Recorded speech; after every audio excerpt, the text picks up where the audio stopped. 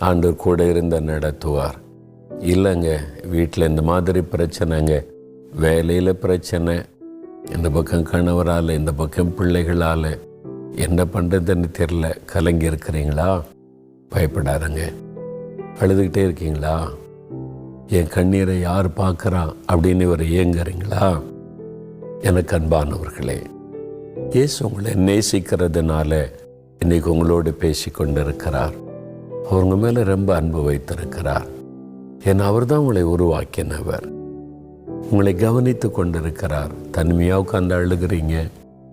ராத்திரி படுக்கையில் லைட்டெல்லாம் ஆஃப் பண்ண பிறகு உங்களுடைய தலையணையை கண்ணீரினால் நனைக்கிறீங்க. என் கஷ்டம் யாருக்கு தெரியும், யார்கிட்ட சொல்லுவேன்னு சொல்லி புலம்புறீங்க. இல்லை, யாருமே கண்ணீரை பார்க்கல அப்படின்னு தனியாக அழுதுட்டு எல்லாருக்கும் மத்தியில் கண்ணீரை துடைத்து கொள்றீங்க.